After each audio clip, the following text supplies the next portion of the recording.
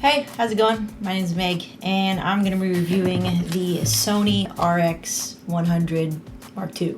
But this is a different review. I'm not going to go over specs and all this stuff. I want to go over why you would even want a camera like this when, say, you already have a DSLR and you already have something like this, a Canon G7X. And the reason why I would even think to making a video like this is because I was trying to figure out what my needs were for this until I actually really dove deep into it. So let me break this down. I already have a DSLR, a 70D. I'm shooting with a 70D right now on a 35 prime. And then I have this, a Canon G7X. So I was like, okay, I've got a pretty good basic setup of a main camera and a B camera. And this B camera is also great as a vlogging camera in that it has a flip screen and I could see myself in the frame and all that stuff, right? So the problem is say if I want to shoot something cinematic, this only shoots in 30p. Well, my DSLR shoots in 24, right? So if you want to do anything cinematic, it's usually done in 24 frames. And that's what this guy has, okay? So I was always looking at these two, actually, when I was shopping for a B camera. But this guy won, G7X, because it had the flip screen, and I'm a vlogger, so I like to be able to see myself in the shot. And that's why this thing won over this thing, even though I'm sad to say a little bit, because I'm a Canon fan, that the quality of this camera versus this one on both the photography and the video side is superior. This is a better camera as far as quality.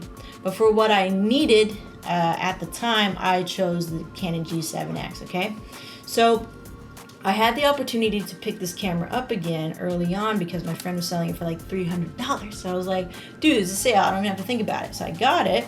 And then what I found was that, hey, this not only is a great B camera, it's not a great vlogging camera because the screen only articulates this way, right? So if you're the shooter and you're not going to be in the shot yourself, which is rarely the case for me.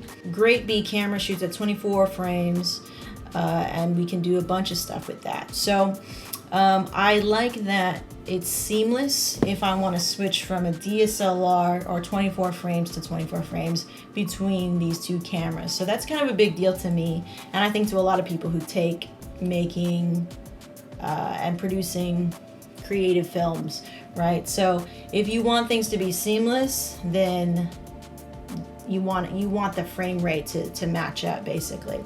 So that was always kind of an issue with this. It's like, yes, it's a great B camera if I wasn't going to be too much of a stickler about the frame rate. However, just being creative and just being the person I am, it often annoyed me. Another thing, this right here, this may look a little different than what you were normally seeing on, say, if you're looking it up on Amazon right now. It doesn't look like this. So this is actually a removable ND filter. Isn't it so cool? So it's really easy to put on. It just comes with a little like adapter. There's an adapter there that you actually stick onto the camera, and then this thing just secures itself. And so why you would want this is, say you were shooting if you're shooting outside, it was really, really bright, you want to keep it at, you want to keep your shutter at 50, and you want to manipulate, you don't want to move your aperture and you don't want to move your shutter, and you can't manipulate ISO anymore, okay? I don't know if that got too technical or whatever, but what? So you want to keep those settings, and it's too damn bright. So you have this thing to have a lot of control of how much light you're letting into the camera, which is really awesome. It's really great for keeping that cinematic feel. Okay, so I just learned this. So I'll have that in the description for you if you're interested in that. I think it's so cool to be able to do that. I'm still learning all these things about video.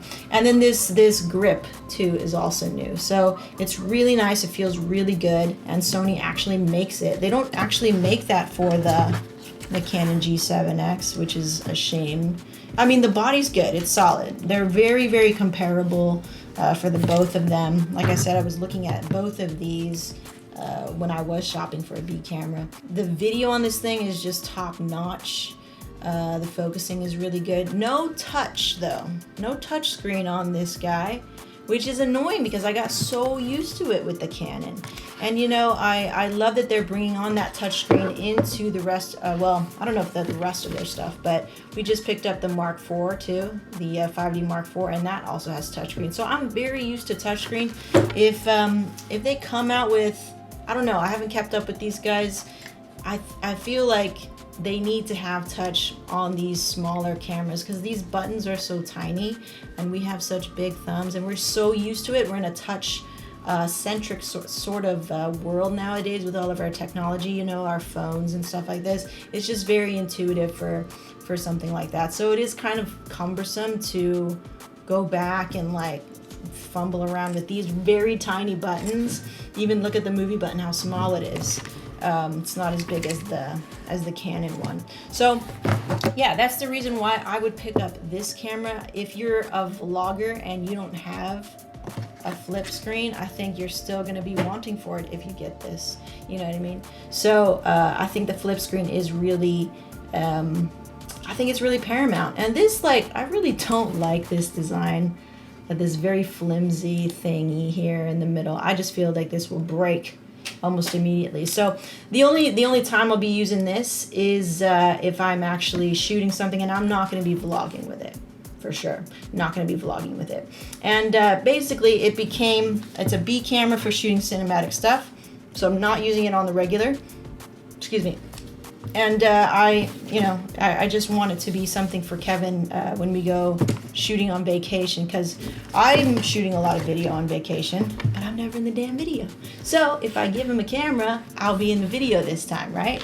That's my plan. It's my master plan. I'll link up everything in the description. That's why I would pick it up if you want a 3-camera setup, maybe a 2-camera setup, something like that. It's definitely a more smoother transition between a DSLR to a B-roll camera without having to pay DSLR money. Know what I'm saying? So I like it. I like it a lot. For a while I was like, I don't know if I'm gonna keep it, but for those reasons, the frame rate, the quality, the ability to be in our own vlogs when we go on vacation by handing this off to somebody else. Those are the reasons why I have this camera and decided to keep it, because I was going to sell it for a minute. And yeah, so if you have any questions about it, about my setup, love to answer it in the comments. Always do. And till next time, see you in the next video. If you like the video please, and subscribe for more stuff like this. We'll see you next time here in the lab. Peace.